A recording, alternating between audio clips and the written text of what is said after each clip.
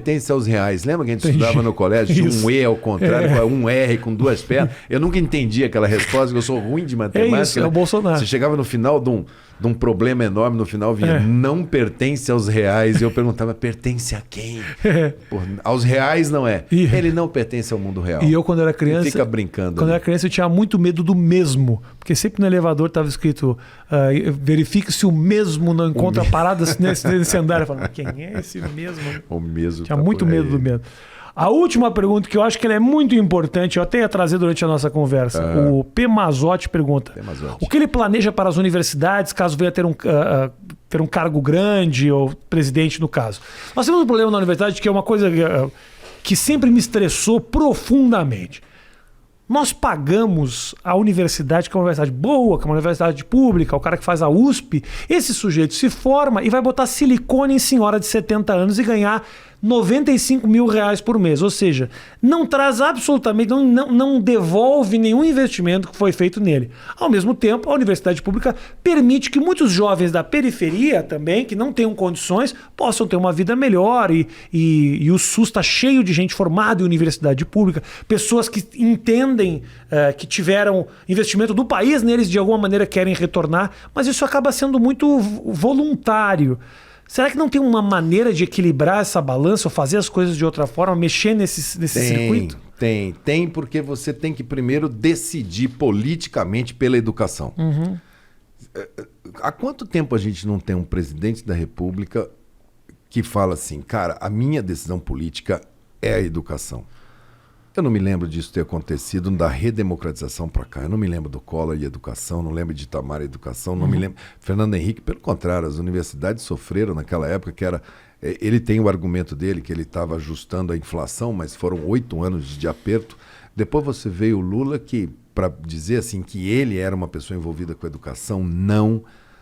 O Bush, o americano, no dia que os aviões bateram naquelas torres gêmeas, né, eles foram dar notícia para ele estava dentro de uma escola de ensino fundamental com as crianças e a professora explicando a importância de educação para os Estados Unidos. Os 10% dos nossos melhores alunos do Brasil têm uma performance de estudo igual aos 10% piores do Vietnã, que outro dia estava numa guerra sendo dizimada com bomba, com napalm em cima. Então, a gente fala assim, lógico que a universidade tem... Mas nós vamos ter que tomar essa decisão política pela educação. São Paulo, quando foi a Revolução de 32, quis ir para as armas contra o Getúlio, perdeu a Revolução Constitucionalista de 32. Em 34, os imigrantes que estavam aqui, os caras que fizeram aquela revolução, decidiram criar a USP. Universidade de São Paulo, vamos ganhar pelo conhecimento. E fizeram a melhor faculdade, a melhor universidade brasileira. E a USP ainda tem um pouco dessa coisa do retorno à USP. O Brasil começa a fazer alguma coisa de acesso àquela questão da equidade. Quer dizer, os filhos de rico estudavam na USP e os filhos dos pobres não passavam no vestibular porque não tinham ensino médio. Então a gente começa com as cotas. Primeiro, equivocadamente, eminentemente, filho de funcionário, de bombeiro, de polícia. Né? Agora sim, cota por ensino público, tantos por cento de cota para os oriundos do ensino público. Então a gente começa a colocar mais gente que precisa mais dessa universidade. Elas têm um histórico de autonomia universitária que tem que ser preservado, a gente não deve jamais atentar contra isso, mas a gente tem que colocar meta para a universidade, a gente tem que colocar objetivos. Quem não põe objetivo não mede. Assim como a gente tem que ter objetivo para o ensino fundamental e médio, cara, eu preciso que a universidade seja viva, eu preciso de esporte em universidade, eu preciso que a universidade saia do mundo acadêmico e vá para a sociedade prestar serviço. Pode parecer meio piegas, mas eu me lembro do projeto Rondon, que é uma coisa que a maioria da moçada não sabe nem o que é, mas que os universitários saíam para prestar serviço na Amazônia, na Calha Norte, no Pantanal. Quer dizer, você tirar a universidade para dentro da sociedade e chamar a sociedade para dentro da universidade, criar mais esse vínculo. Eu acho que isso é perfeitamente possível se tiver a decisão política de ir para cima desse assunto.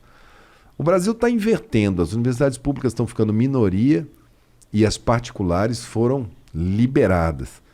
E o Brasil entrou numa rota muito sem mérito. Por exemplo, ensino à distância. enfermagem à distância, R$ 39,90 na internet. Não vai ser por aí, cara. Na hora que você estiver lá precisando da qualidade técnica da enfermeira, ela não vai chegar com... Você não vai chegar para ela e falar, tudo bem, você é formada à distância, é presencial. O Brasil precisa discutir que tipo de universidade que ele quer para a gente poder colher os frutos dessa universidade.